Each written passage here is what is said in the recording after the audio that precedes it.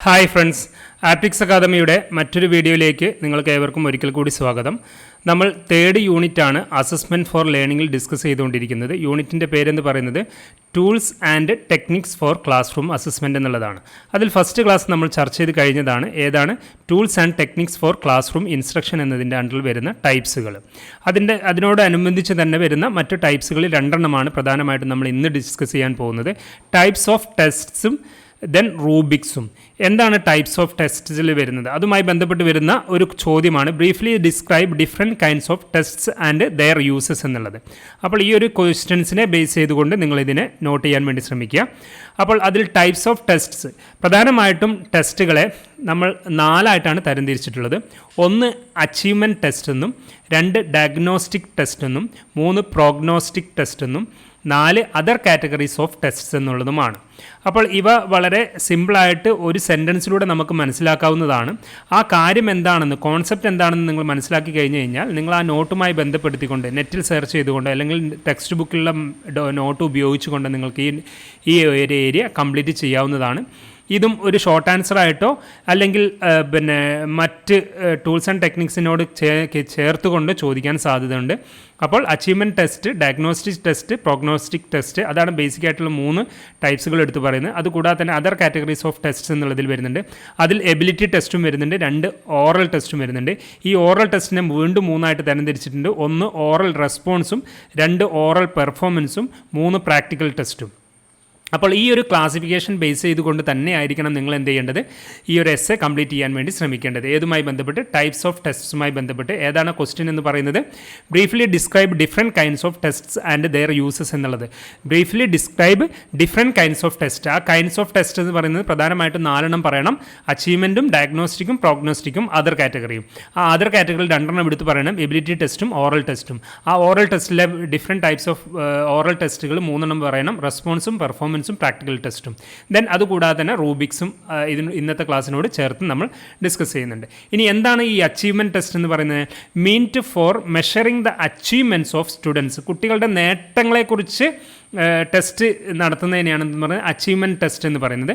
ഈ diagnostic test എന്ന് പറഞ്ഞു കഴിഞ്ഞാൽ for finding the deficiencies or short Cummings in students learning. ഉദാഹരണത്തിന് കുട്ടികൾക്ക് ചില ഡിസബിലിറ്റീസ് ഉണ്ടെന്ന് വിചാരിക്കുക, ലേണിംഗ് ഡിസബിലിറ്റീസ്.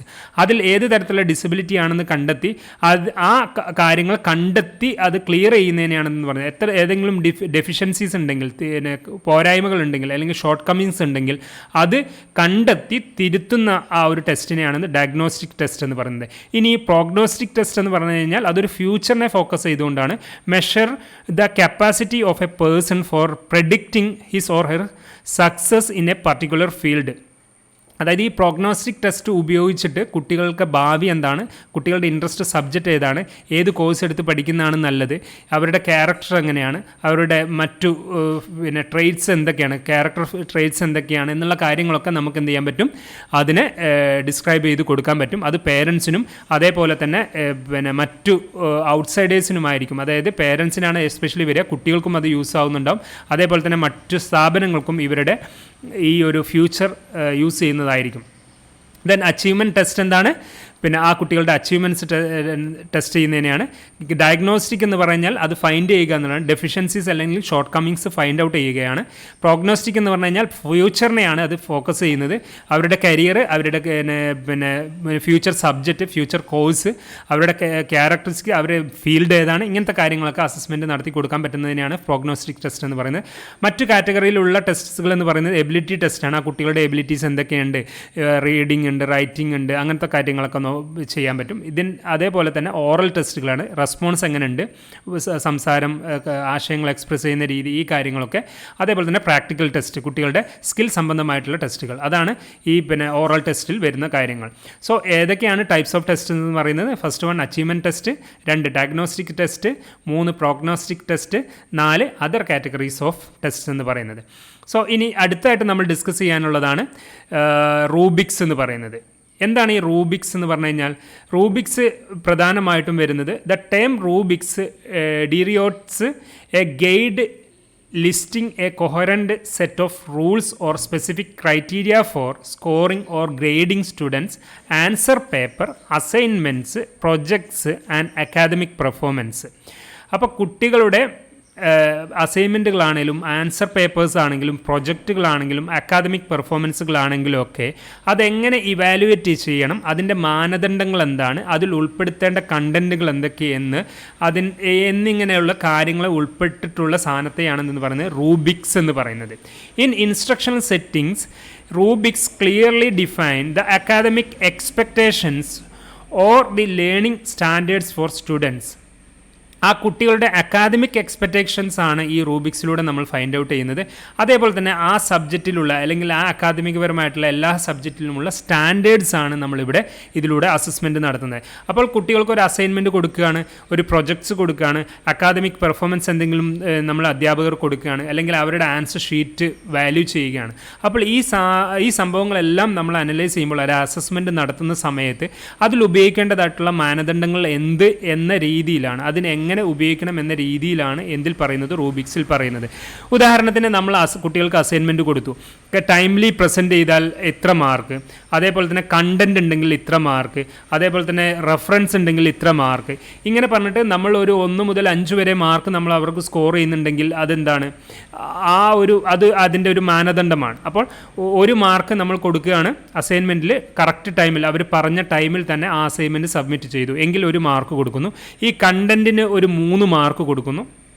പിന്നെ അവർ ഉപയോഗിച്ച റെഫറൻസുകൾ 5 6 പുസ്തകങ്ങളും അതേപോലെ തന്നെ നെറ്റും അതേപോലെ തന്നെ മറ്റ് അധ്യാപകരുമായിട്ട് ഡിസ്കഷനും ഒക്കെ ഉപയോഗിച്ചിട്ടാണ് ആ ഒരു അസൈൻമെൻറ്റ് അവർ കംപ്ലീറ്റ് ചെയ്തെങ്കിൽ അത് റെഫറൻസ് എന്ന് പറയും. അപ്പോൾ ആ റെഫറൻസിന് 1 മാർക്കും, അങ്ങനെ 5 മാർക്കാണ് നമ്മൾ കൊടുക്കുന്നത്. അപ്പോൾ അത്തരത്തിൽ 5 ആ ഒരു കൊടുക്കുന്ന രീതിയാണ് എന്തെന്ന് പറയുന്നത് റൂബിക്സ് എന്ന് പറയുന്നത്. അതേപോലെ തന്നെ നമ്മൾ ആൻസർ ഷീറ്റിനും ഇതേ ഒരു ക്രൈറ്റീരിയ ഉണ്ട്. ആൻസർ കീ എന്നൊക്കെ നമ്മൾ പറയുന്നില്ല, ഈ ആൻസർ കീനെ എന്തെന്ന് പറയാം, റൂബിക്സ് എന്ന് പറയാം. അപ്പോൾ എത്ര പോയിൻറ്റ്സുകൾ വരണം, നിങ്ങളുടെ ഒരു എസ്സേയിൽ 15 ടോപ്പ് പോയിൻറ്റ്സ് വരണം എന്നുള്ളതാണ് നിങ്ങൾ ഈ BEdൻ്റെ എസ്സേ ക്വസ്റ്റ്യൻസ് എഴുതുമ്പോൾ നിങ്ങൾ നോട്ട് ചെയ്യേണ്ട ഒരു പ്രധാനപ്പെട്ട റൂബിക് എന്ന് പറയുന്നത്.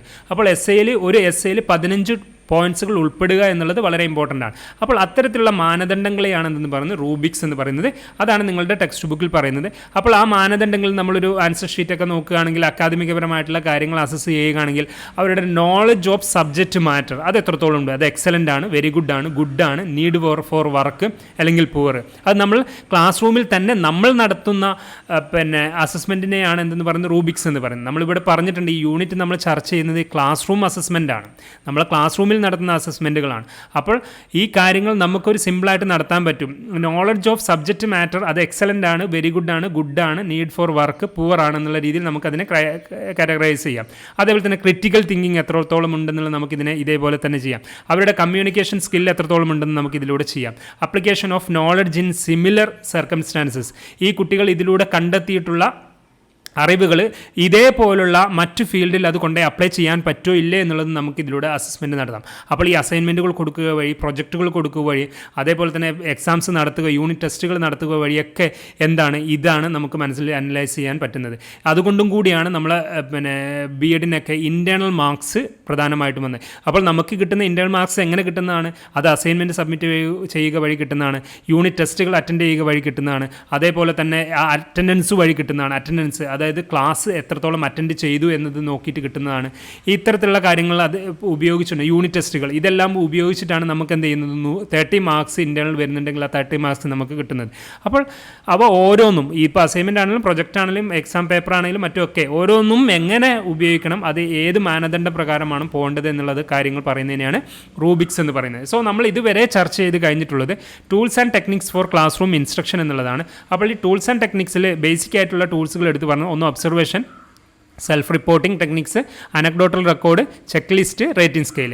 ഇനി അതിനുശേഷം നമ്മളിപ്പോൾ ചർച്ച ചെയ്ത് കഴിഞ്ഞിട്ടുള്ളതാണ് ടൈപ്സ് ഓഫ് ടെസ്റ്റ്സ്. ആ ടൈപ്സ് ഓഫ് ടെസ്റ്റ്സിൽ അച്ചീവ്മെൻറ്റ് ടെസ്റ്റ് വരുന്നുണ്ട്, ഡയഗ്നോസ്റ്റിക് ടെസ്റ്റ് വരുന്നുണ്ട്, പ്രോഗ്നോസ്റ്റിക് ടെസ്റ്റ് വരുന്നുണ്ട്. അതേ കാറ്റഗറീസ് ഓഫ് ടെസ്റ്റ്, അതിൽ എബിലിറ്റി ടെസ്റ്റും ഓറൽ ടെസ്റ്റും. ഈ ഓറൽ ടെസ്റ്റിൽ ഓറൽ റെസ്പോൺസും പെർഫോമൻസും പ്രാക്ടിക്കൽ ടെസ്റ്റും.